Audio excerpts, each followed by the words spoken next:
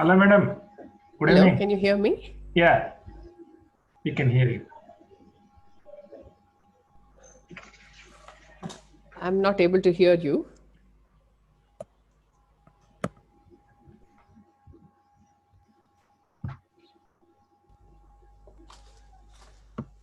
Hello? Yeah, can you hear me now? Audible? Yeah, yeah. Can you hear me?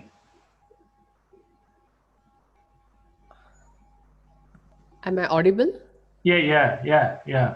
Sorry, I'm not able to hear you, Dr. Mahesh. Oh, is it?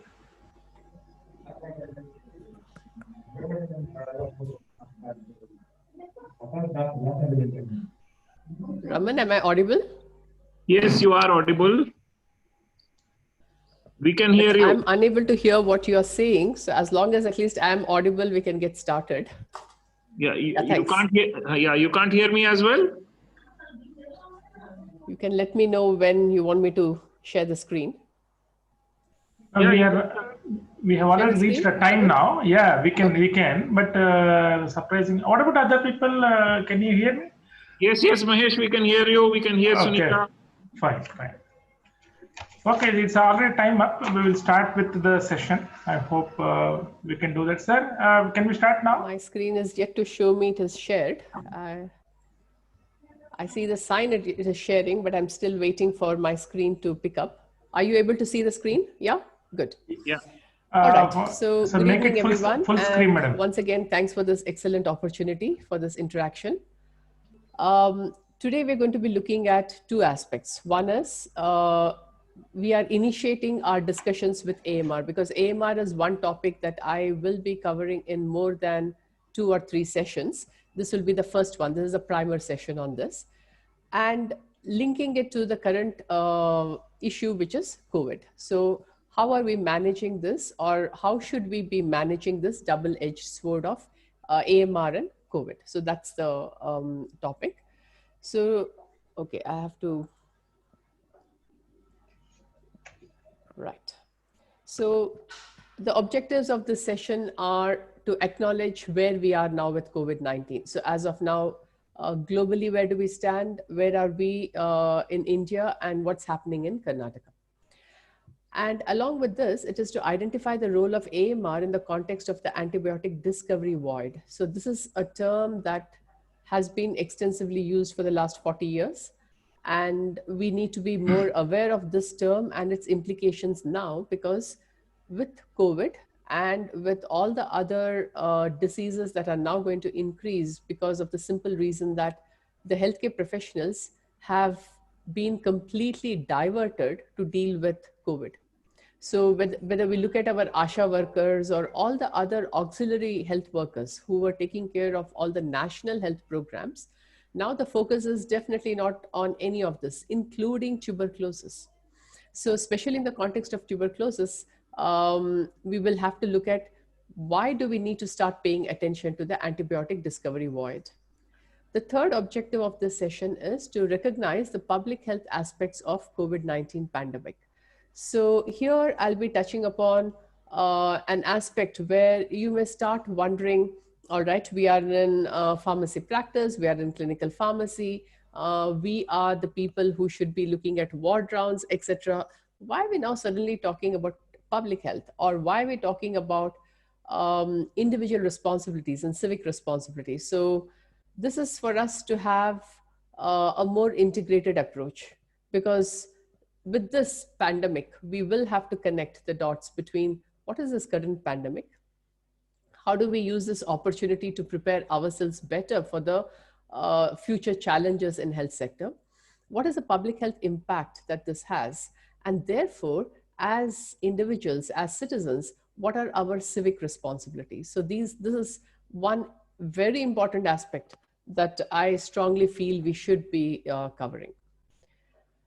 Right. So now let's step back and look at where did all this start. On the 30th of January in 2020, the Director General of WHO declared novel coronavirus outbreak as PHEIC. It stands for Public Health Emergency of International Concern.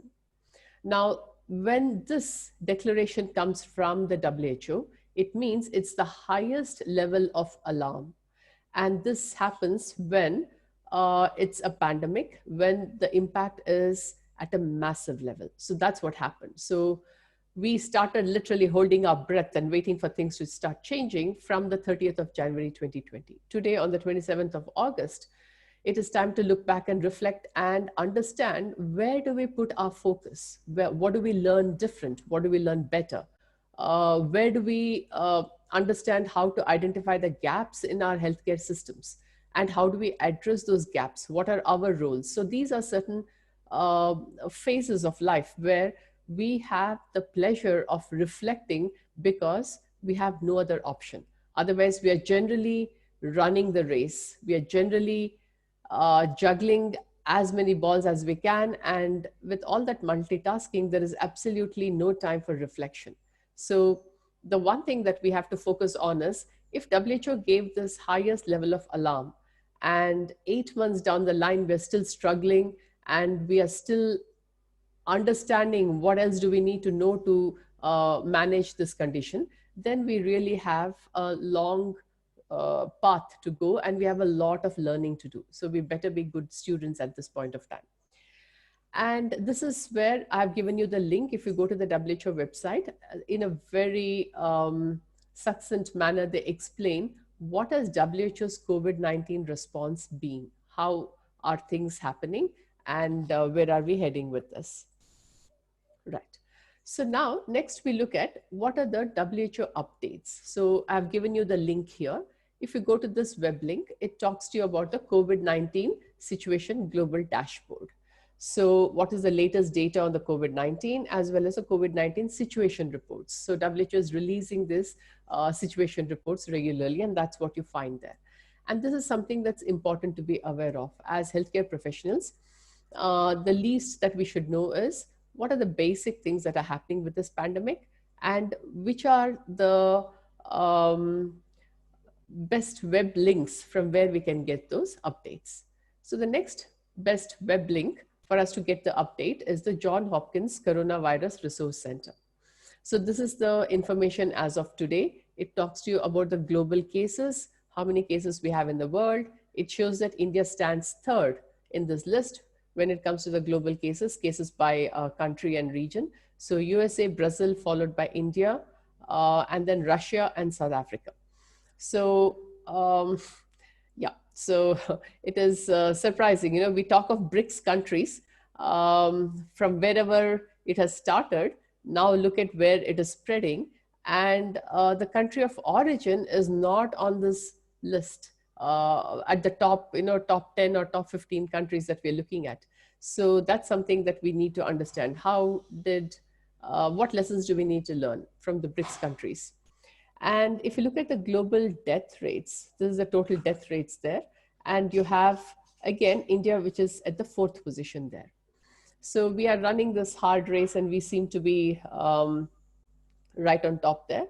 And what is most, a saving grace in this is the recovery rates. So because of that, I think there is some element of saving grace. Now, we have now moved from the global level, from a United Nations group to the Johns Hopkins. Now we move to Karnataka. So if we look at where do we get the latest information that we need on COVID-19, so we have the Karnataka War Room.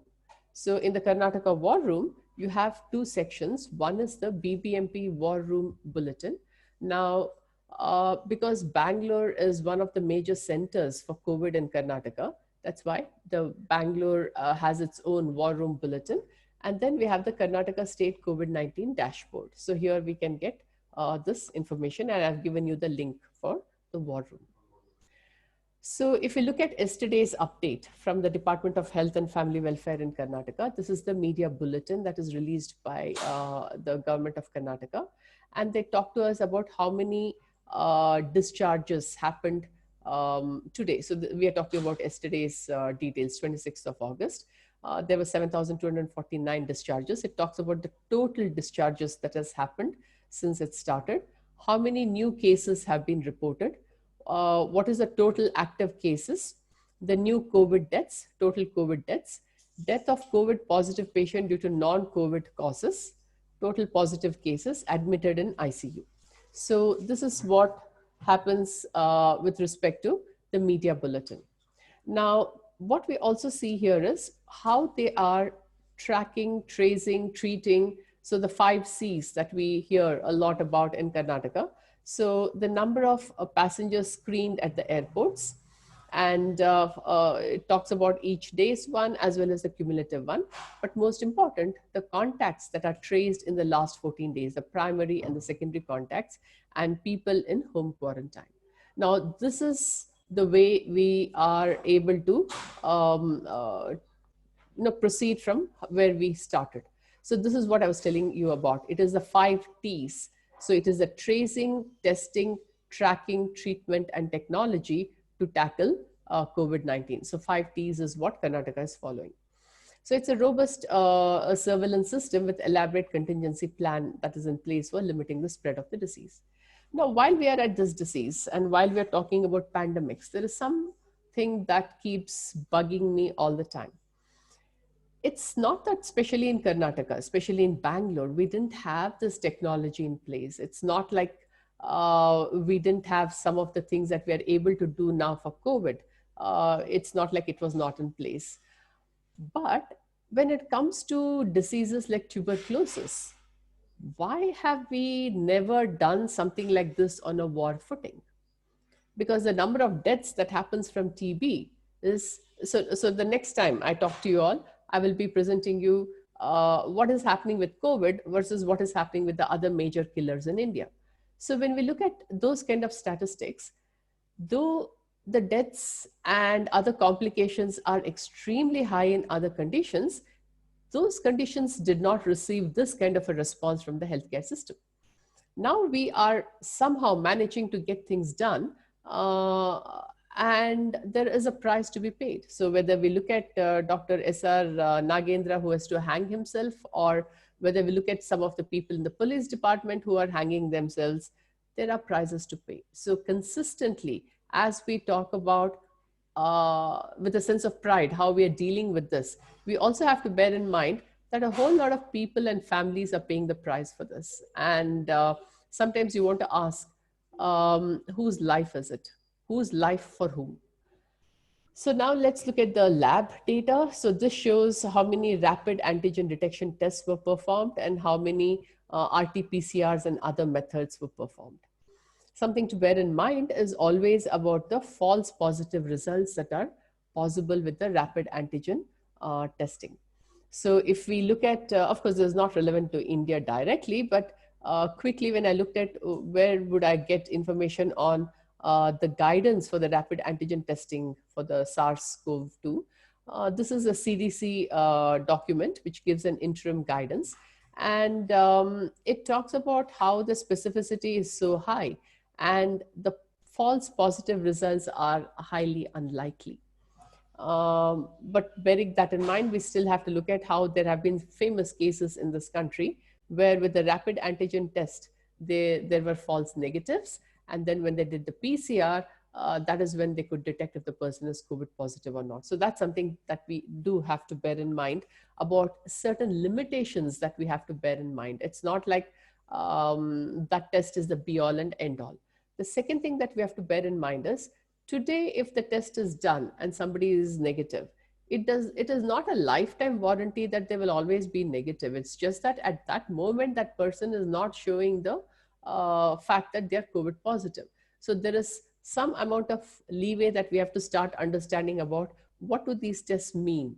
As a pharmacy practice person, you will have to have that kind of a background in order to have the basic things in place to understand what are those tests. So like I said, Bangalore being the #1 city within Karnataka, they have their own BBMP program, the war room as well. And what they have also done is a lot of technology that has been put into action here. So there's again a web link that I've given you where it's about the BBMP and what are the different aspects that they take care of. So something that we have to bear in mind is how did we increase from January to August? Now this is from the BBC. And it shows it in one of the best ways that you can explain, which says that it took 38 days for cases to go from 5 to 10 million in the world. But it took only 24 days to go from 10 to 15 million in the world.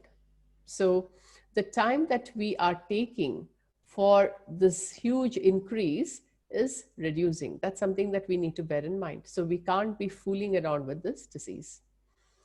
And here is a thing that says it took 67 days from the first reported case to reach the first 1 lakh cases, 11 days for the second 1 lakh cases, and just 4 days for the third 1 lakh cases. Now, these numbers should not be just set aside and ignored. We will have to pay attention to these numbers to say, what is it that is going wrong? And therefore, what is our role? So while we look at our role, we also have to look at what are the new normals. There are several new normals. Somehow we have this fancy for a whole lot of European and American and other country related things. So I thought, let's take one of their latest obsession and see how what they do can somehow lead ways for us also to look at things. So now in Sweden, I'm going to talk just now about Sweden's case. The new obsession is the Sweden staycation. So they are staying at home during the vacation because now is their summertime. And I mean, as part of, all the developed countries where travel is a big part of what happens during summer holidays, now the focus is on staycation. So they stay at home. Okay, let's take a look at Sweden's issue. So more than 5,500 people have died with COVID-19 in this country of just 10 million people.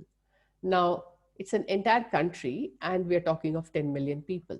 In Bangalore, we are more than 9 million people. So one city has that population for us. So just look at the density of the population that we struggle with, because of which respiratory diseases like COVID becomes a major issue.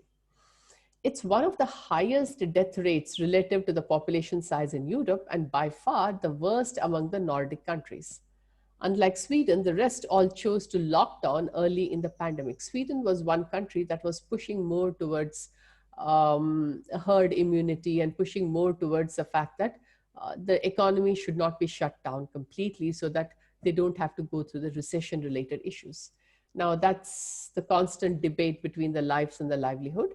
But they thought that things are sorted because the elderly population is in old age homes. So they have a system where it is possible to protect the old and the young, and the younger and the adults went about with their own business. But now we are seeing what is happening with this. So we are now moving towards new normals. I would have liked a bit of an interaction here rather than, a monologue that, sometimes you don't know whether others are still there, listening, paying attention, etc. This is a photograph from the Wuhan water park. And I would have really wanted interaction with the students, where when you look at a photograph like this, from the place where the pandemic started, and then they are having parties there, and in order to increase the economic outcomes, the females who are going there, the women who are going to the Wuhan water park, are getting discounted tickets. So this is what is happening in China, in Wuhan. Now let's look at closer home after we see this particular thing, where we say the occupancy rate at this point in that Wuhan water park is only 50%. So they're taking only 50% of the normal capacity, and there is a half price discount for the female visitors. So that's how you see this huge number. But in a country like China, in a country like India, with the kind of population that we have, even at 50% the normal capacity, the crowds that we see there is completely different. So this is, again, something we need to take in mind. When you take a country like Sweden, And in that entire country, when a population of 10 million people have to be dispersed, what are the implications when even if one of their water parks is opened? But when we look at a country like India or a country like China, even with 50% normal capacity, this is the crowd that we have. So we have to bear in mind that we are now talking about a respiratory disease. We are talking about aerosol. We are talking about asymptomatic carriers.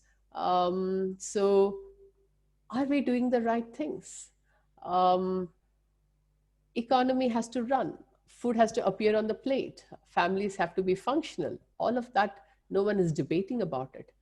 But how do we do this? How do we do this in a way that it is not just right for economics, but it is also right for public health?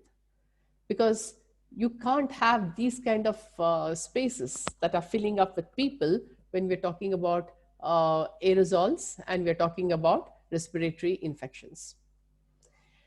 Now let us come closer home. What are our headlines? So we had a headline that said, in COVID's ground zero Maharashtra, under 20 account for 1 in 10 cases. And out of 5.95 lakh cases of COVID in Maharashtra, which tops the country in absolute case count and number of deaths, over 66,000 have been children and young people up to the age of 20. Now, this is something that we need to pay attention to, because generally what we see or hear and what we read is about people, COVID affecting the older population, COVID affecting those with the comorbid conditions, etc. But here, when you're talking about children and young people, and this being 1 in 10 cases, when it comes to statistics, 1 in 10 is not a big deal. But when it comes to families where now we restrict our children to just 1 or maybe 2 children in a family,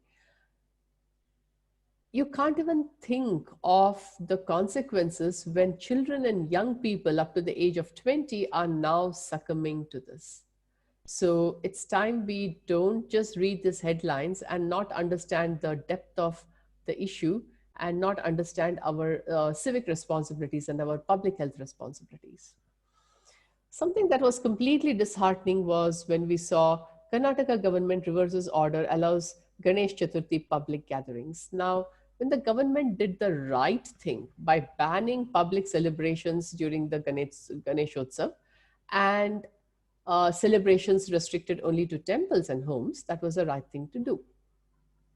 But when that right thing is followed up by the local politicians and we bring in politics, we bring in religion, it is a very potent but an extremely toxic combination. You cannot beat that system with logic or with public health issues, because it ended up reversing the government's order. And finally, what did they say? They were technically right. They were politically correct. They said public gatherings, celebrations can be held on August 22nd in a restricted manner. Now, what is restricted manner? How are you going to classify restricted manner? How do we understand that? Depending on our educational background, depending upon our arrogance index, depending on our ignorance index, how do we define restricted manner? What is restricted manner? Having just 100 people in one place? Having celebratory aspects where in small crowded areas you have huge numbers of people? What are we talking about here? So this is where we need to start looking at our public health impact of these conditions. And then I just Googled 2020 Ganesh festival in Karnataka. So first it talks about Karnataka government reverses order, allows Ganesh Chaturthi. Now, I want us to pay close attention to the choice of words. We can't have this a sheep mentality, and we don't have to be shepherded. That's the least that we should not be. If we call ourselves educated, because literacy is one thing, but education is something completely different. If we call ourselves educated, we can't be a flock of sheep. We don't need a shepherd telling us That is the only way you go, and that's the way you go. So do we need the government to be telling us, you can't do this and you can't do this? Are we not sensible enough to understand where is this disease taking us? Where is this pandemic taking us? Who are the people paying the price for this pandemic? And when and what kind of actions should we be taking? What kind of choices should we be making for something that we very quickly put under the cover of, oh, this is traditional. You cannot change traditions. This is cultural. You cannot change cultures.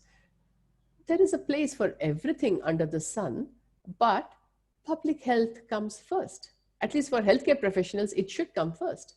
That can't be debated. And then we look at, Karnataka government relaxes norms for celebrating Ganesh Chaturthi. Karnataka government allows Ganesh Chaturthi public gathering. COVID-19 moves Ganesh Chaturthi celebrations in Bangalore. Ahead of Ganesh Chaturthi, Karnataka bans installation of, really, we really deserve to be thinking better, and we really deserve to be making those thoughts into better actions for personal safety, safety of our family members, safety of our patients, and safety of our societies. We have a role to play there. It is not like when the hospital is functional, we just go do the ward rounds and come back. There has to be something more than that. It doesn't stop there. It just starts there. So the question is, whose life for whom? At what price? At whose cost? Who is paying this price?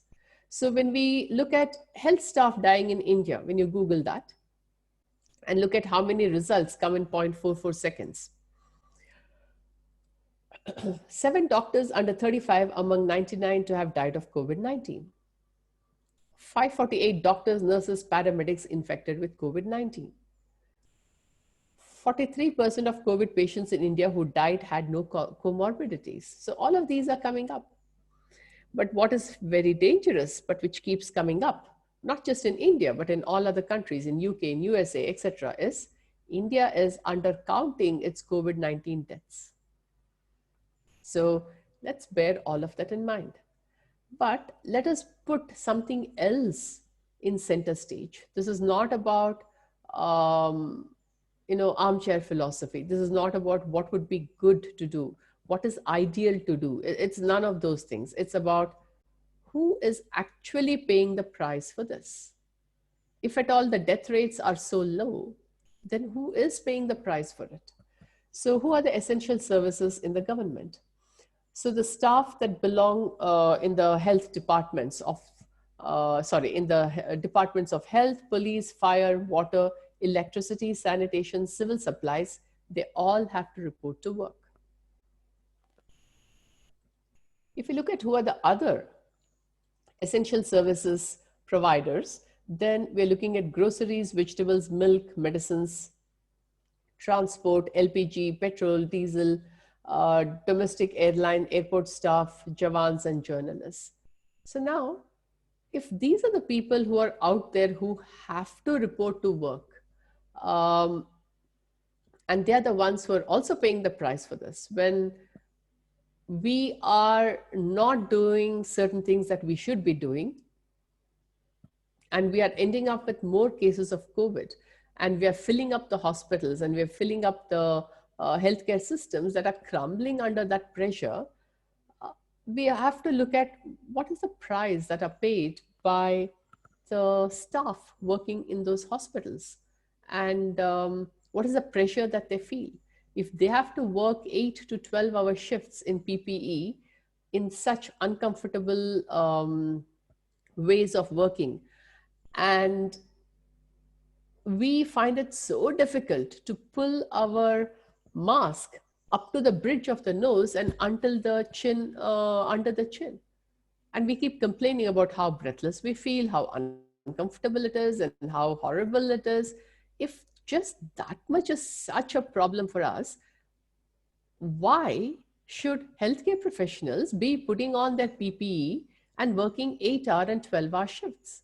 Among those are women who are menstruating, women could be pregnant, women could be breastfeeding their children. That's not fair, that's not on. So we better take more responsibility about this. we have to start looking at where do we distinguish what is vital, what is essential, and what is desirable. Where do we stop making water murky by mixing religion and culture and these are our habits, we can't change it, kind of an attitude, arrogance, ignorance. We really have to pay attention because it has an impact on others. If that impact is for ourselves, then that's okay. If it is hypertension and I continue to eat junk food every day, that's a choice I have made, and that's different. That's a different choice. But if we're talking about a respiratory disease where I'm spreading it to others, and it is the doctors who have to wear their PPE, the nurses who have to wear their PPEs and treat me, then I don't have the same privileges and rights. I have responsibilities, and I better watch my responsibilities, because I can make personal choices with certain chronic conditions like hypertension and diabetes. But I can't make those choices when it comes to respiratory diseases, because then I'm a public health issue. I'm a public health problem. And I have an impact on other people in the society, in my families. And that's not okay. Now let's come back into the antibiotic part of it. So we have spoken about COVID and all its dangerous issues. Now we're going to start linking it to the antibiotics. So at the moment in Karnataka, the government has sent out information to the doctors who are treating patients in the primary healthcare sectors.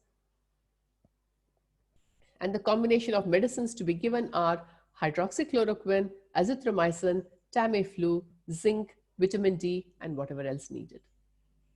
So we are coming up with comforting cocktails. So HCQ, antimalarial, azithromycin, watch category of antibiotic, Tamiflu, antiviral. I just wonder what else we left out. And who is this medicine going to? These are medicines that are being given to people who are under home quarantine. So we need to really watch this.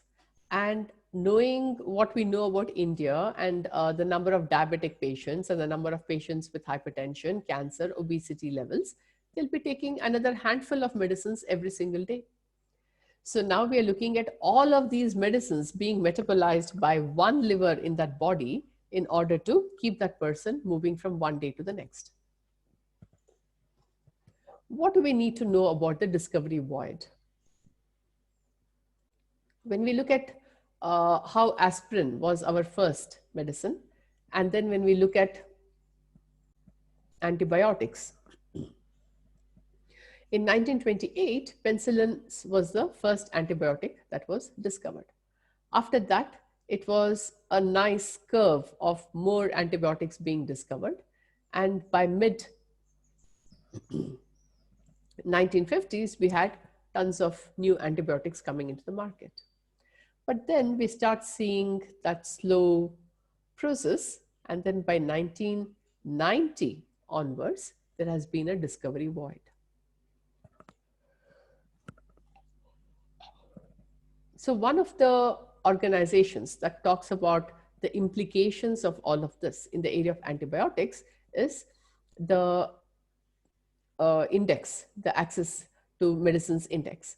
Now here they're talking about the 2020 antimicrobial resistance benchmark. So what it is showing is Pfizer is the first company to share raw data on the spread of resistance. We're talking about antibiotics here. And now this is a report, which is a AMR benchmark report. And there are 13 pharma companies, up from 9 in 2018, that are collecting data on the spread of resistance and the effectiveness of their medicines through AMR surveillance programs. So if you look at this, it just shows that we are just having a handful of companies that are doing something that needs to be done by majority of the companies, all right? Now let's take a look at another aspect. Positive shift in pharmaceutical companies, promotional practices to improve stewardship. Now there are just 3 pharmaceutical companies, Johnson & Johnson, Otsuka, and Teva, that do not deploy sales agents for at least some antibacterials and antifungal medicines that they market. So that's a very important move, that They don't push for the doctors to be prescribing more antibiotics. And there are 7 companies that are fully or partially decoupled bonuses from volumes. So they're not pushing for more prescriptions of antibiotics, and they are making sure that at least 7 companies are there. Now we are talking about just 10 companies that are doing something like this. And between 2018 to 2020, it increased from 5 to 10. That's all. Are we running a race in order to lose the race? Or are we running this race to win it? That's a question we need to ask as pharmacists, as pharmacy practice people. Why is it that only so few companies, why is it that only a handful of companies are looking at ways to improve stewardship? Now, this is Dr. Jayashree Iyer, and she is the executive director of this group. And she has, she's an excellent speaker. She gave one of the talks for us in the COVID forum that we have on a weekly basis on Tuesdays. This is another aspect that we need to pay attention to: the late stage antibacterial candidates supported by access and stewardship plans. So what they're doing here is they have taken these antibiotics, and they have also shown which pharmaceutical company is taking care of this.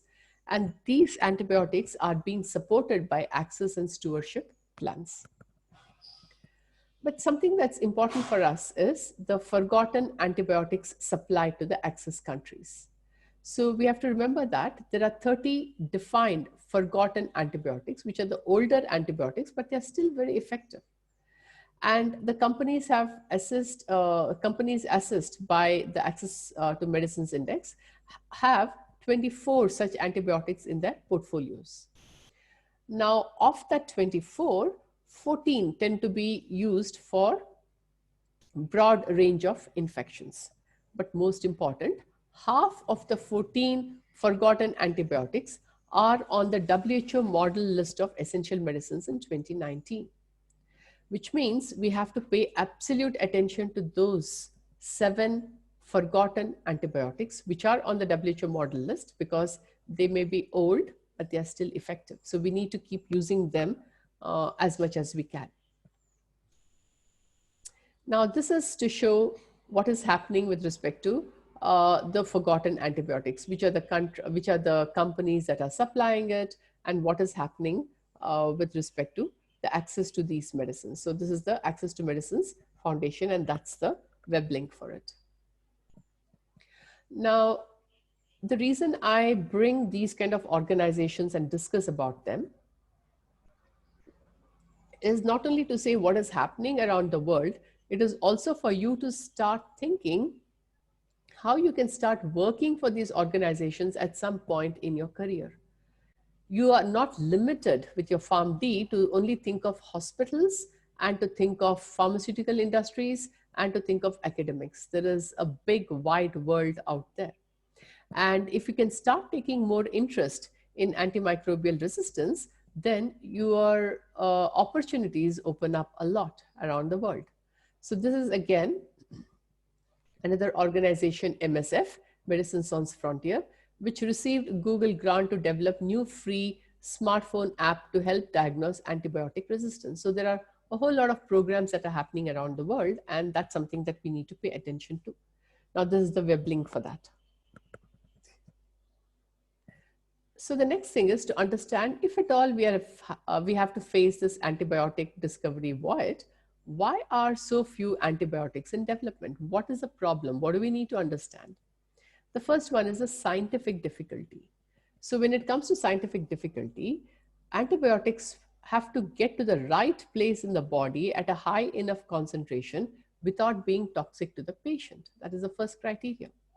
Then it has to enter and stay in the bacterial cell. So that scientific difficulty is why it becomes difficult to just keep bringing out antibiotics. And for the last more than 40 years, we have not. And then there's the financial and the regulatory hurdles. So in the financial hurdle, it takes more than 10 years to develop an antibiotic. because it has to go through the clinical trials, which is all about testing the efficacy of the medicine and the patient safety. But what happens is once the resistance starts developing, then it means low profits for the company. But what we also need to understand is companies have pointed out regulatory requirements to be unclear. So there's also a regulatory hurdle to this discovery void. And another key aspect for that is the lack of know-how. The poor financial incentives in combination with the technical difficulty means that companies are either scaling down or they're abandoning their antibiotic development program. When they do this, it also means that people who have the skill and the specialized personnel who are working in this field will also lose their skills over a period of time. And then we are not mentoring the next generation of people that we need in order to maintain this antibiotic profile or antibiotic development programs. So this is where we have gone wrong completely, where we started looking at the economic aspects rather than looking at what are the public health aspects of having a discovery void. So now let us now come back to the COVID, because we have to keep connecting AMR and then connecting COVID. So certain things to bear in mind as individuals. What are some of the public health agencies in the world and what are they doing? So the first example that I'm giving you is from Sweden, the Public Health Agency of Sweden, and what is the kind of information that they have on their webpage. Then comes the Public Health Ontario. So in Canada, what are they doing with respect to as a public health organization? How do they get across, reach out to people? In India, we have the PHFI and the IIPH. So the IIPH are the Indian Institutes of Public Health, and they are based in Delhi, Hyderabad, Bhubaneswar, Gandhinagar, and Shillong. So this is what the Public Health Foundation of India is doing, and along with the other IIPH organizations. So I've given you the web links for each of this. And when we go to the WHO website, of course, as soon as you type WHO, this is where it opens. It opens directly at the COVID-19 page. And only from there you can go to other pages on the WHO. So you have everything that you can think of, everything that you want is all out here. So whether you're talking about advice for health workers, you're talking about technical guidance from the countries,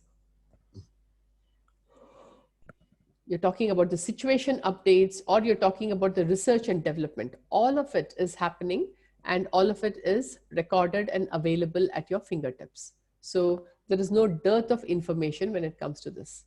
Now, something that we have to bear in mind is what not to do while wearing a mask, because a mask is not a lip cover. It can't be under the nose. A mask is not a chin guard. It is not meant to guard the chin. It is meant to guard the mouth and the nose. And a face mask needs to be like that. It should be near the bridge of the nose and under the chin. So what are the things we should not be doing? Do not wear the mask below the nose. Do not leave your chin exposed. Do not wear a mask which is loose and has gaps on the side. Do not wear your mask such that it only covers the tip of your nose. Do not push your mask on the neck. Especially that is one of the most dangerous things. The whole idea of having a mask is so the virus does not enter.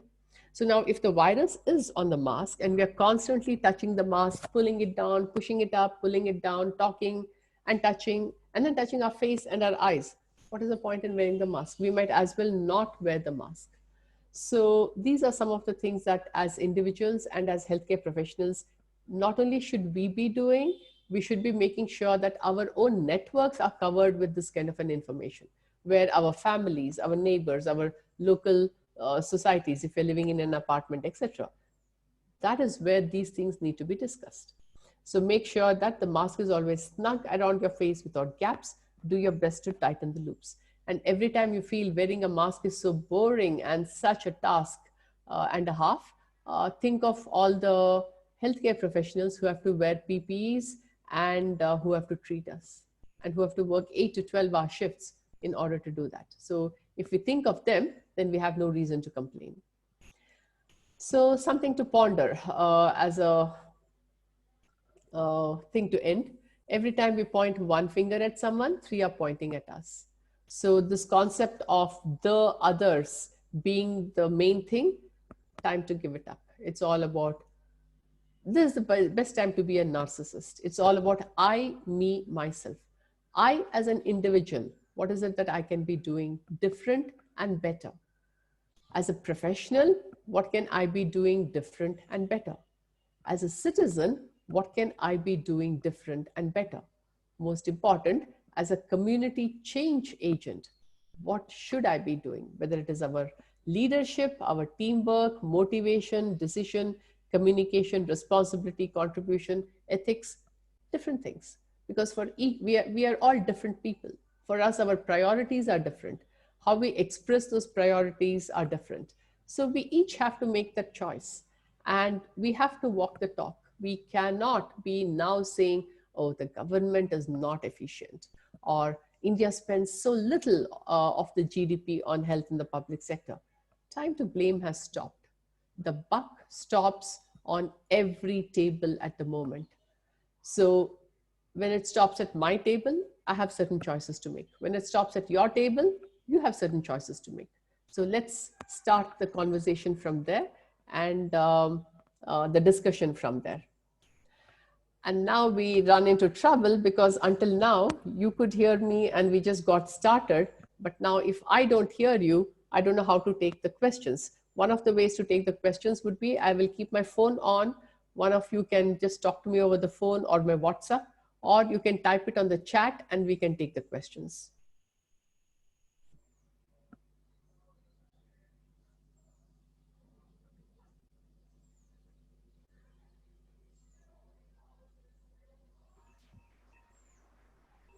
Please remember, I can't hear if somebody is speaking. Can you hear us now? 6 participants. Raman, I can see that you're speaking, but I'm sorry, I'm unable to hear you. I don't know what to do different. Sir, Raman sir, can you please on that chat option, sir? Chat option we have disabled because Am I last still time. audible? Yeah, you're audible.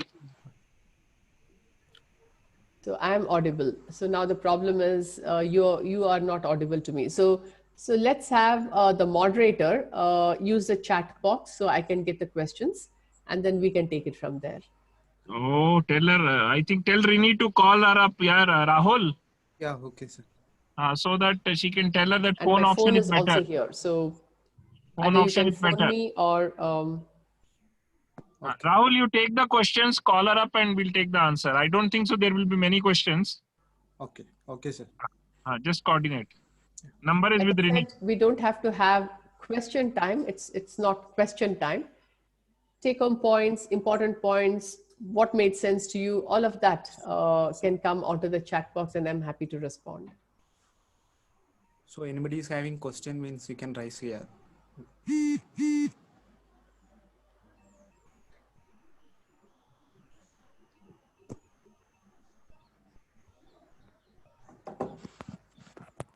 I think Rahul, there doesn't look to be any questions. You can thank her over the phone or Rini can do because Rini has the number and tell her we will mail you if any questions are there or raise it in the next session on 3rd, right?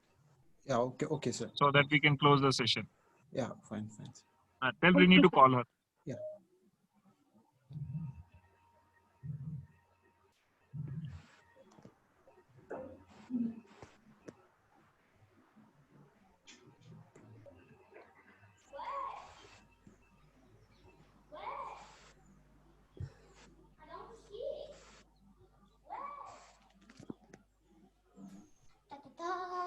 Samai, listen.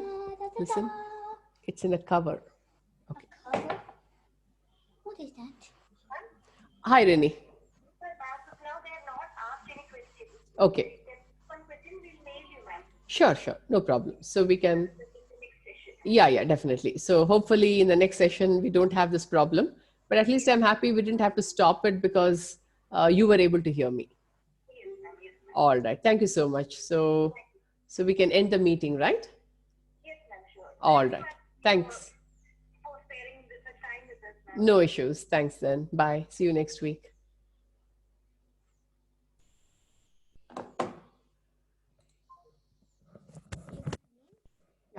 Why? Why, mommy? Why? I think they don't want you to leave.